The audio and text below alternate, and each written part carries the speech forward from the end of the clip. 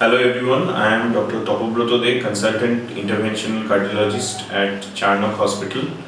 Today's a short discussion on understanding heart attack. This is our topic.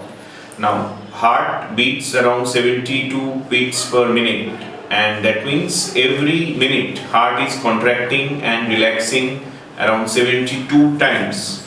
To do this enormous amount of work, to constantly pump blood to the various organs, heart needs a continuous supply of oxygen and nutrition. Even a transient stop or any impairment in its blood supply can be catastrophic for the heart and can lead to a heart attack or heart failure. So, how does a heart attack occur? Now, a burning problem in present time is what we are seeing in day-to-day basis is heart attack occurring in young children, young people. Like around, say, earlier it was 50 to 60 years, now even 30 years, 40 years, even 20 to 30. These young people are suffering from heart attack. That is mainly due to their various lifestyle and various habits which have changed nowadays, like cigarette smoking, excessive alcohol intake of excessive fatty food, that is food rich in saturated fats, high blood pressure prevalence. All these things are increasing the risk of heart attacks. Along with that, another is the diabetes. India is the capital of diabetes, and diabetes is occurring in many young people also. So, what is the effect of high blood pressure? It makes the blood vessels more stiff, and high cholesterol levels causes a deposition of this cholesterol and fatty elements in the inner layer of the arteries of the heart. That leads to a narrowing, impairment in the blood supply to the heart, and cardiac dysfunction.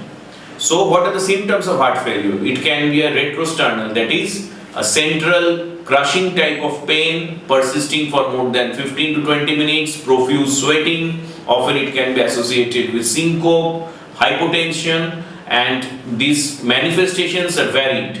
Chest pain may not be same. Many a times this chest pain is ignored by many people, considering it to be due to hyperacidity, indigestion. As a matter of fact, many heart attacks reach our hospitals later and the diagnosis is delayed due to this attribution of this chest pain, chest discomfort to acidity, gas and so-called other things. So whenever you are having any chest pain which is persisting for long, which is central in type, associated with profuse sweating, don't ignore. Immediately go to a doctor, nearby hospital, get some basic tests done like ECG, electrocardiogram most of the time clinches the diagnosis. Then simple troponin T, which is a card test which is done within 10 minutes.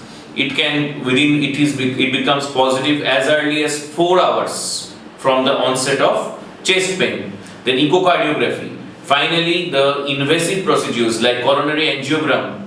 Often these things are clinch the diagnosis. Heart attack can be managed both by thrombolysis, which is a very vital tool in present times because India doesn't have an abundance of cath labs. Many people in the periphery cannot reach the hospital which are enabled with cath labs. So immediate thrombolysis also saves many lives.